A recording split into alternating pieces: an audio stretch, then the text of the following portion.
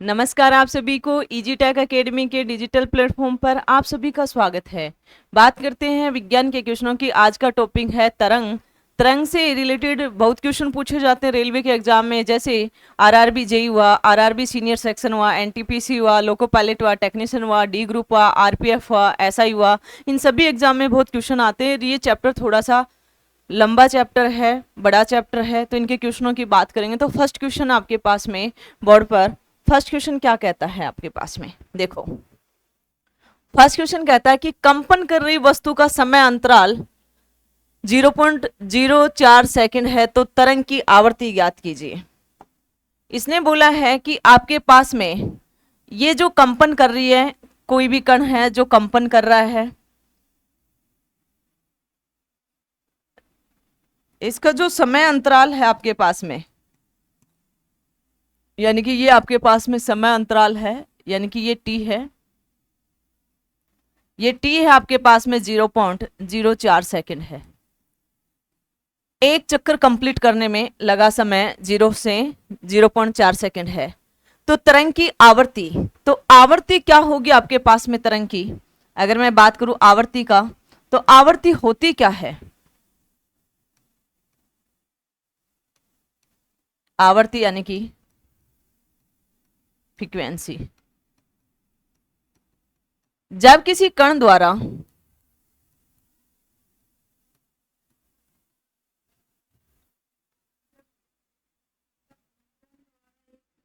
जब किसी कण द्वारा 1 सेकंड में किए गए कंपनों की संख्या को उस कण की आवर्ती कहते हैं, फ्रीक्वेंसी कहते हैं। इस आवर्ती को या तो एफ से रिप्रेजेंट करो या किससे, स्मॉल एन से रिप्रेजेंट करोगे। आवर्ती का जो एसआई मात्रक है वो हर्ज होता है, यानी कि एफ बराबर में साइकिल पर सेकंड, और साइकिल पर सेकंड को क्या बोलते हैं? हर्ज बोलते हैं। साइकिल पर सेकंड को क्या बोलते हैं? हर्ज बोलते हैं। अगली अगर हम बात करें कि आवर्ती का व्युत्क्रमानुपाती क्या होता है? आवर्तकाल होता है। आवर्तकाल बोल दो, समय अंतराल बोल दो, या टाइम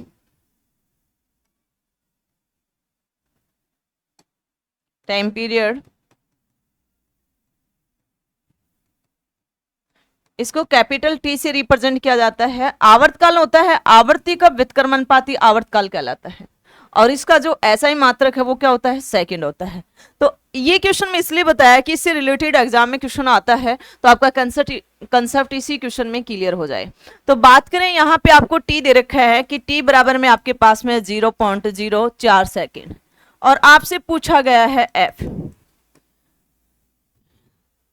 एफ बराबर में क्या हो जाएगा? 1 में टी हो जाएगा। ये वैल्यू पुट कर दोगे 0.04 सेकेंड वाली, तो यहाँ पे ये पॉइंट हटाओगे तो यहाँ 100 हो जाएगा, और इसको भाग दोगे तो तुम्हारे पास में 25 बार जाएगा, यानी कि 25 हर्ट्ज। तो इसका राइट आंसर कौन सा हो जाएगा? बी इसका राइट आंसर हो जाएगा। सॉरी, यहाँ पे बी लिख रखा है, ये बी इसका राइट आंसर है। वैसे ये बी है और ये क्या है? सी, यानी कि 25 हर्ट्ज इसका राइट आंसर हो जाएगा। अगले क्वेश्चन की यदि हम बात करें, तो अगला क्वेश्चन है आपके पास में,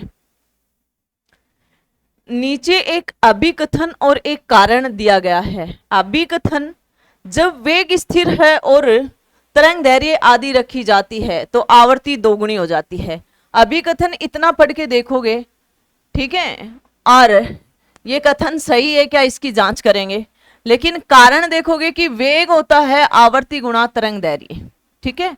तो देखो, रियल में भी वेग बराबर में क्या होता है? आवर्ती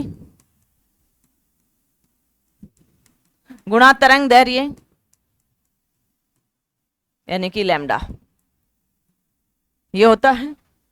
इससे हम अगर क्वेश्चन को देखें, अभिकथन को, तो इसने बोला कि लैम्डा, यानी कि इसने बोला वेग स्थिर है और तरंग दैर्घ्य आधा रख दिया गया। लैम्डा क्या रख दिया? लैम्डा 1 क्या रख दिया? लैम्डा बाई टू रख दिया।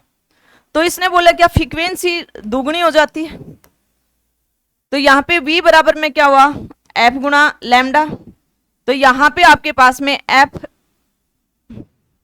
f बराबर निकालोगे तो v बटे लैम्डा। v क्या है स्थिर है, v क्या है स्थिर है, और अगर स्थिर है तो f डैश, v स्थिर है तो लैम्डा डैश। ठीक है, यहाँ पे आप वैल्यू पुट करोगे तो यहाँ पे वैल्यू पुट की तो v बराबर में क्या है आपके पास में v बटे लैम्डा के बराबर में क्या बोला कि तरंग दैर्घ्य आधा रख दिया जाए, तो लैम्डा आधा रख दिया, लैम्डा बाई 2। ये ऊपर जाएगा तो क्या हो जाएगा 2v बाई लैम्डा। तो v बाई लैम्डा क्या था एफ डैश के बाद में 2f था, यानी कि दोगुना हो गया नहीं हो गया। तो देखो इसका अभिकथन भी सही है और उसका कारण भी सही है, तो इसका राइट आंसर क्या है अभिकथन और कारण दोनों सही है, और व्याख्या भी अच्छे से कर रहा है कारण अभिकथन की। तो इसके राइट आंसर कौन सा होगा, अभिकथन और कारण दोनों सही है, कारण अभिकथन की उचित व्याख्या नहीं करता है, ये गलत है, व्याख्या करता है। तो ये ऑप्शन क्या रह जाएगा इसका गलत। अभिकथन और कारण दोनों सही, लेकिन कारण अभिकथन की उचित व्याख्या करती है, तो राइट आंसर बी इसका राइट आंसर रहेगा। अगले क्वेश्चन की यदि हम बात करें तो अगला क्वेश्चन है आपके पास में, देखो लंगर डालकर रोकी हुई एक नाव लहरों से घिरी हुई है जिसका तरंग दैर्घ्य 125 मीटर है और चलती तरंगों से चढ़ाव की गति 25 मीटर पर सेकंड है, तो नाव के हिलने की आवृत्ति क्या होगी। इसने आपको आंसर में क्या पूछा गया है, फ्रीक्वेंसी पूछी गई है, और आपको दे दिया क्या, इसने आपको लैम्डा का मान दे दिया 125 मीटर और v दे दिया आपके पास में 25 मीटर पर सेकंड। तो आपको पता है कि वेग बराबर में चाल बराबर में गति बराबर में क्या था v और आवर्ती गुणा तरंग दैर्घ्य, और इसने पूछा भी क्या है आवर्ती पूछा है, तो वेग अपॉन में यानी कि गति अपॉन में लैम्डा। यहाँ पे आप वैल्यू पुट कर दोगे f बराबर में क्या हो जाएगा, v का मान कितना है आपके पास में 25 और लैम्डा का मान 125। अब 25 पंजू 125 होता है, 5 पर कट गया यानी कि 1/5, इसको और सोल्व करोगे तो 0.2 हर्ट्ज, यहाँ पे 20 लगा दो कोई बात नहीं है। तो इसका राइट आंसर ए इसका राइट आंसर है। प्लीज चैनल को शेयर सब्सक्राइब करना और अपने दोस्तों से भी करवाना, और बेल आइकन को जरूर प्रेस करना, क्योंकि जिससे आपके पास में क्लास होते ही आपको पता चल जाए कि क्लास हो गई और आप उसको सोल्व करो। अगला, यदि किसी ध्वनि तरंग की आवृत्ति 50 हर्ट्ज है, एफ कितनी है 50 हर्ट्ज है, तो उसका आवर्त काल ज्ञात कीजिए। तो टी बराबर में क्या होता है 1/f, तो इसकी वैल्यू रख दो, 1/f की वैल्यू रखोगे आपके पास में तो क्या आ जाएगी 1/50, भाग दोगे तो आपके पास में क्या है 0.02 सेकेंड। तो इसका राइट आंसर रहेगा बी, इसका राइट आंसर रहेगा बी, इसका क्या रहेगा राइट आंसर रहेगा। अगले क्वेश्चन की यदि हम बात करें तो किस रंग की तरंग दैर्घ्य वेवलेंथ सबसे कम होती है, कौन सा रंग है जिनका वेवलेंथ क्या होगा सबसे कम होगी। तो ध्यान रखना सबसे कम बैंगनी रंग का वेवलेंथ होता है तरंग दैर्घ्य, तरंग दैर्घ्य ये यानी कि लैम्डा कम होता है, और सबसे अधिक लैम्डा अधिकतम होता है, अधिक होता है अधिकतम। लेकिन जिसका तरंग दैर्घ्य कम है और लैम्डा तरंग दैर्घ्य कम है तो आवृत्ति क्या होगी अधिक, तो इसकी आवृत्ति क्या होगी अधिक होगी। अगली अगर मैं बात करूं यहां पे लैम्डा क्या है अधिक, तो आवृत्ति क्या होगी भाई आपके पास में कम होगी, आवृत्ति क्या होगी कम होगी। लैम्डा अधिक है तो यहां आवृत्ति क्या हो जाएगी कम हो जाएगी, रेड कलर की। ये किसकी है रेड कलर की बात है, और ये किसकी है बैंगनी की। अब ये क्वेश्चन प्रकाश में भी बहुत बार पूछा जाता है, लेकिन इनका कलर का सीक्वेंस होता है, ठीक है। तो सबसे पहले जो कलर आता है वो कौन सा आता है आपके पास में, देखो सबसे पहला कलर है बैंगनी, सबसे पहले जब कलर देखते हो तो सबसे पहला कलर कौन सा है? बैंगनी, यानी कि वॉयलेट कलर है आपके पास में, ठीक है।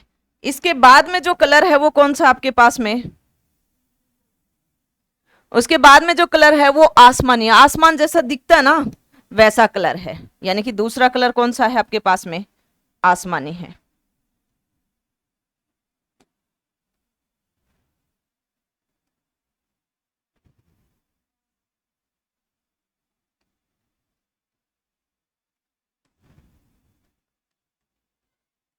आसमानी, यानी कि इनको इंडिको। अगले कलर की अगर बात करूं तो अगला कलर है आपके पास में नीला। पेन का जैसे स्याही का जैसा कलर होता है वो इसका अगला कलर है, यानी कि नीला। ब्लू कलर होता है। इससे अगले कलर की अगर मैं बात करूं तो आपके पास में कौन सा कलर होता है? हरा।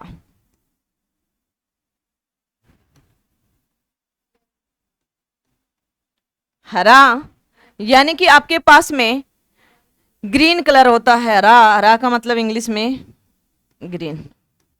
इससे अगले अगर मैं बात करूं आपसे तो कौन सा कलर होता है भाई? ये वाला येलो लिख देती हूं, ठीक है, यानी कि येलो, पीला।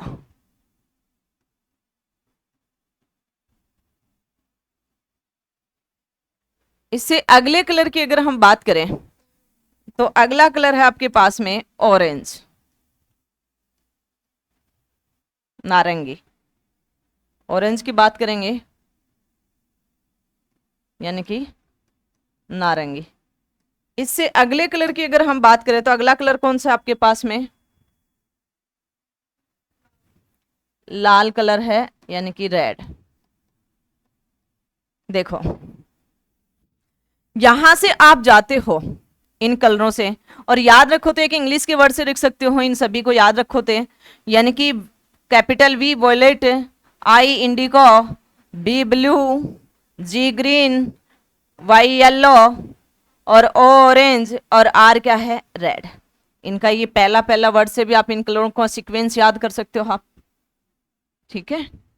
ये सीक्वेंस आपके पास में, ठीक है। अब यहां से जाते हो तो आपके पास में तरंग दैर्घ्य बढ़ता है। तरंग दैर्घ्य क्या होता है? बढ़ता है। परंतु आवृत्ति क्या होती है? घटती है। आवृत्ति क्या होगी? घटेगी। तो सबसे पहले कौन सा है? बैंगनी है। सबसे पहले कौन सा है? बैंगनी है। तो बैंगनी है तो इसका तरंग दैर्घ्य क्या होगा? कम होगा। उसके बाद में आसमानी का, उसके बाद में नीला का, उसके बाद में हरा का, उसके बाद में पीला का, उसके बाद में नारंगी का, और उसके बाद में किसका होगा? लाल का। यानी कि सबसे अधिक तरंग दैर्घ्य किसका होगा? रेड कलर का, ठीक है। किसका होगा? रेड कलर का। लेकिन आवृत्ति सबसे ज्यादा आवृत्ति किसकी होगी? बैंगनी की। और सबसे कम आवृत्ति रेड की। यानी कि कम और ज्यादा ही पूछे जाते हैं। तो इस क्वेश्चन का राइट आंसर कौन सा रहेगा? कि तरंग दैर्घ्य सबसे कम, यानी कि डी इसका राइट आंसर रहेगा, बैंगनी। अगले क्वेश्चन की अगर बात करें तो अगला क्वेश्चन है आपके पास में, निम्नलिखित में से क्या तरंग की विशेषता नहीं है? देखो तरंग की विशेषता तरंग दैर्घ्य भी है, आवर्ती भी है, आयाम भी है, लेकिन मीडियम नहीं है एट प्रेजेंट।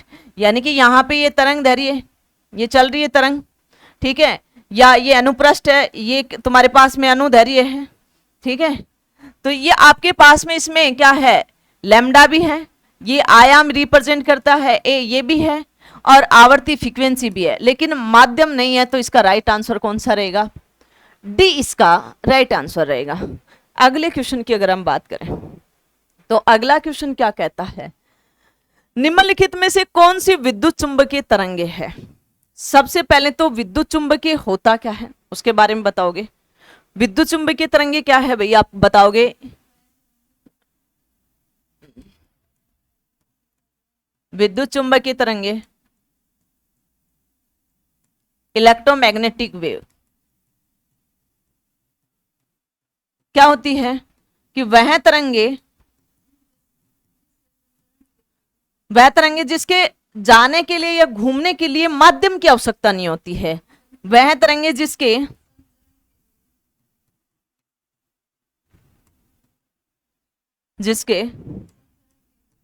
संचरण के लिए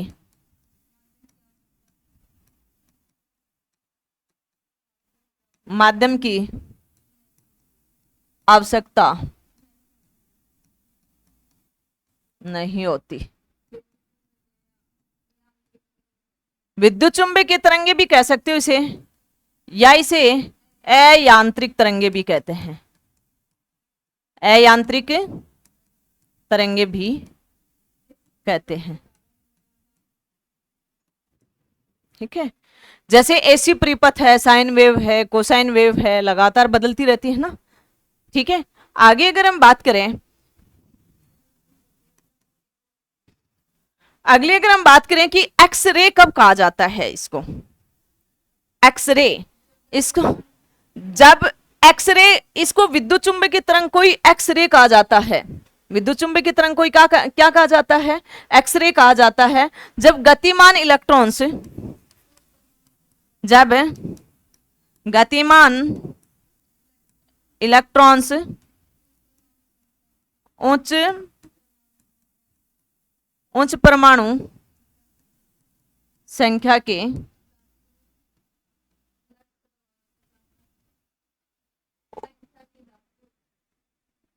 धातु लक्ष्य द्वारा अचानक रोका जाता है,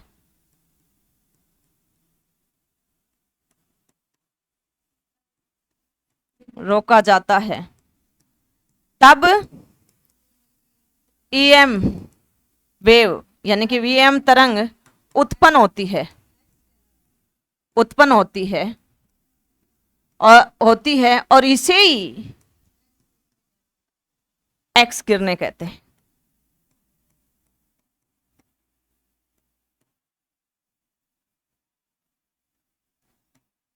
एक्स किरणें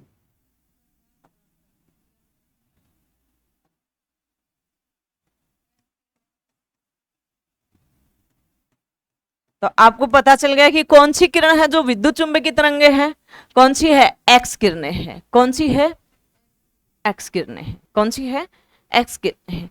आगे अगर हम बात करें कि ईएम के गुणधर्म होते हैं, ये बहुत बार पूछा जाता है, यानी कि ईएम के गुणधर्म क्या होते हैं, और इन सभी की अपन क्या करेंगे, टेबल से रिलेटेड बात भी करेंगे, इनकी रेंज क्या होती है। तो बताओ ईएम के गुणधर्म क्या होंगे भी,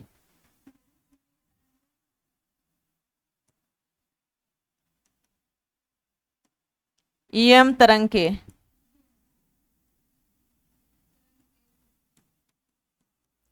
गुण। देखो ये विद्युत चुंबकीय तरंगे त्वरित आवेश द्वारा उत्पन्न होती है। दूसरा, इसमें माध्यम की आवश्यकता नहीं होती है,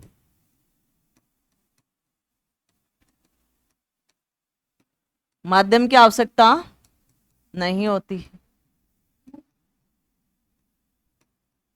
जैसे प्रकाश का वेग है,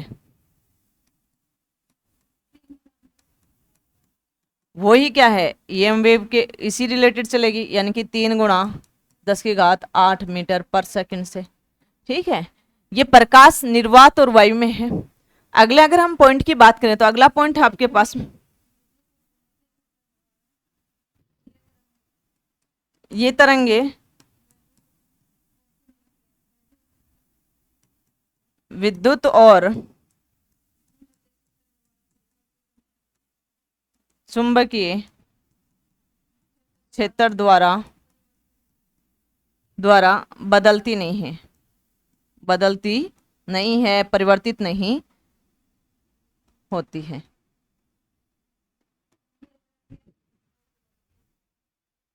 ये तरंगे अनचुंबक की बात क्या करती है, कार्य करती है। तो इसी के रिलेटेड आपका क्वेश्चन कौन सा होगा, एक्स किरणें हो गया। इससे आगे की अगर हम बात करें तो अगला क्वेश्चन आपके पास में, यदि एक तरंग की आवर्ती बढ़ती है तो उसका तरंग दैर्घ्य पर क्या प्रभाव पड़ता है। देखो तरंग दैर्घ्य क्या होता है आपके पास में, लैम्डा बराबर में v अपॉन में f, ये होता है आपके पास में। तो इसने बोला कि अगर आपके पास में आवृत्ति क्या हो रही है, बढ़ रही है, तो तरंग दैर्घ्य क्या होगा, कम होगा। यदि आवृत्ति क्या हो रही हो, कम हो रही है, तो तरंग दैर्घ्य क्या होगा, बढ़ेगा। तो इसने क्या बोला है कि तरंग की आवृत्ति बढ़ती है तो तरंग दैर्घ्य क्या होगा, कम होगा, घटेगा। यानी कि वह बढ़ जाता नहीं, एक समान रहता नहीं, वह यहाँ घट जाती है, घट जाता है। और ये संबंध तो है इससे, ठीक है। तो इसका राइट आंसर कौन सा रहेगा, सी इसका राइट आंसर रहेगा। अगले क्वेश्चन की यदि हम बात करें तो अगला क्वेश्चन क्या कहता है कि निम्नलिखित का मिलान करें, विद्युत चुंबकीय तरंगों का प्रयोग होता है। सबसे पहले तो आपको इन तरंगों के बारे में पता होना चाहिए। जैसे आपसे बोले कि रेडियो तरंग कितनी रेंज होती है, इसका तरंग का पार्ट्स क्या होता है, कितनी रेंज होती है इसकी बताओ। रेडियो तरंग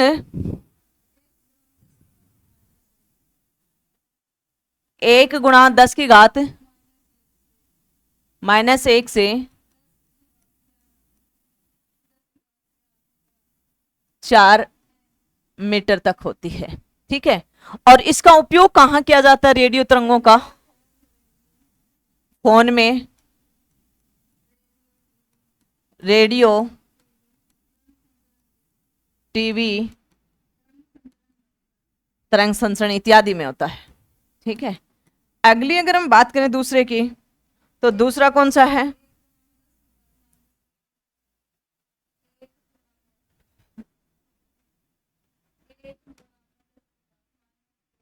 -3 से लेके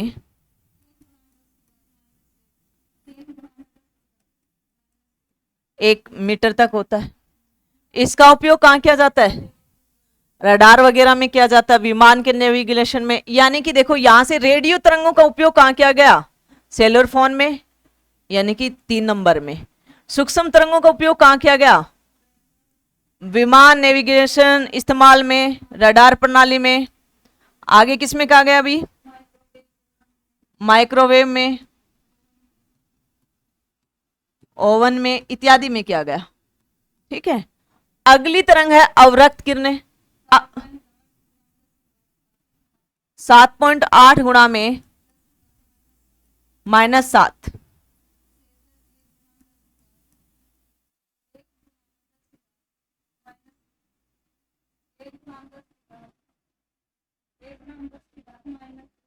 -3 तक, यानी कि 7.8 से लेके 10⁻7 से लेके 10⁻−3 तक होता है। और इसका उपयोग कहां किया जाता है, अवरक्त किरणों का कहां किया जाता है अभी, गैरुली इलेक्ट्रॉनिक्स के रिमोट स्विचिंग में, यानी कि कहां किया जाता है आपके पास में, गैरुली इलेक्ट्रॉनिक्स के रिमोट स्विचिंग में। अगला है गामा किरणें। गामा किरणें की रेंज क्या होती है,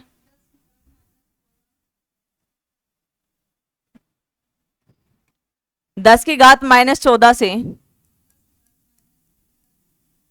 -10 मीटर तक होती है।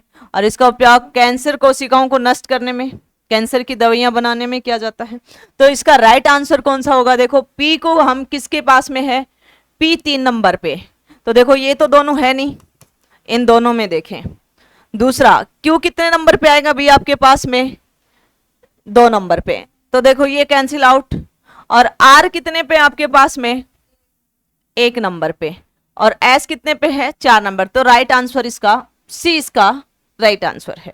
अगले क्वेश्चन की यदि हम बात करें तो अगला क्वेश्चन है जस्ट, निम्नलिखित में से किस प्रकार का प्रकाश टेलीविजन रिमोट उस उपकरण को संकेत देता है जिसे वह नियंत्रित करता है। पिछले हम पढ़ चुके पहले क्वेश्चन में इसको, तो कौन सी है, अवरक्त किरण, यानी कि बी इसका राइट आंसर है।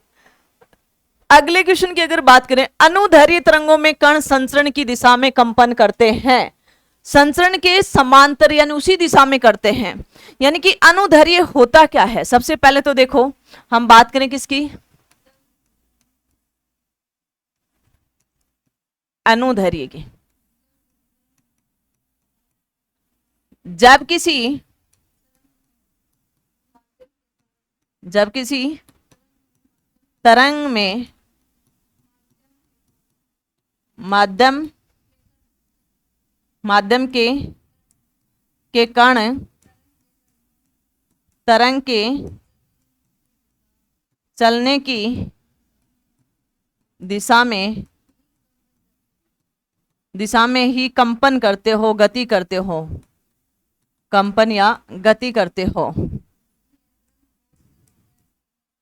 हो, कौन सी कहलाएगी? अनुदैर्घ्य तरंग कहलाती है। ध्यान रखना, ये तरंग हमेशा ठोस हुआ, सॉलिड, द्रव, लिक्विड, गैस ही होता है, इन सभी में रहती है। अगली अगर बात करें, वायु में, ध्वनि में भी अनुदैर्घ्य तरंग होती है।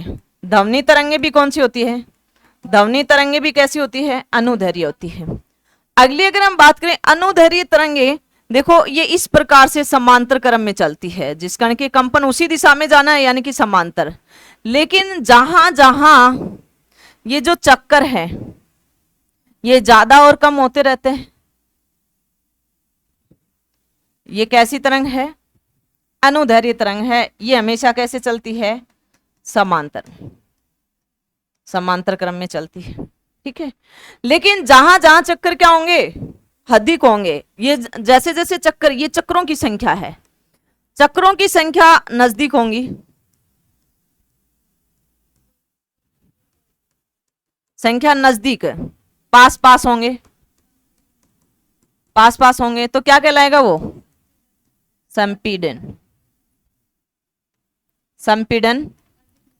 और इसका घनत्व क्या होगा? अधिक होगा। घनत्व क्या हो जाएगा? अधिक हो जाएगा। लेकिन चक्कर की संख्या दूर दूर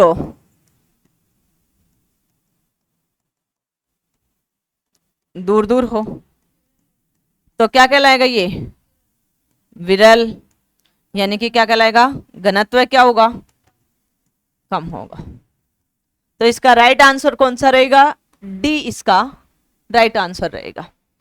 अगला क्वेश्चन है आपके पास में, देखो, किस तरह की तरंगों का कंपन तरंग के चलने की दिशा के समांतर गति करता है? अभी जस्ट किया था, तो कैसे करता है भाई? आरआरबी जेई में आया है, कौन सा है वो?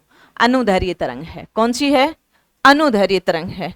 अगला क्वेश्चन है आपके पास में, विरलीकरण होता है जहां हवा का दाब, देखो ये मेरे पास में एक बार समझना, विरलीकरण होता क्या है। मानो कि ये मेरे पास में बहुत ज्यादा कण है, यानी कि इसका क्या है? आपके पास में बहुत अधिक घनत्व है, और ये मेरे पास में कम है। तो यहां पे देखना, इन दोनों की बात करें तो ये मेरे पास में जो ज्यादा कण दिख रहे हैं आपको, ये अधिक कण दिख रहे हैं यहां तक, ठीक है। तो यहां पे हमारे पास में क्या है? घनत्व क्या है? अधिक है। तो दाब भी क्या होगा भाई? दाब क्या होगा? हवा का दाब अधिक होगा। हवा का दाब भी क्या होगा? अधिक होगा। इसको आप क्या बोल सकते हो? इस भाग को आप संपीड़न या संघन बोल सकते हो, ठीक है। जहां कम है यहां पे घनत्व क्या हुआ?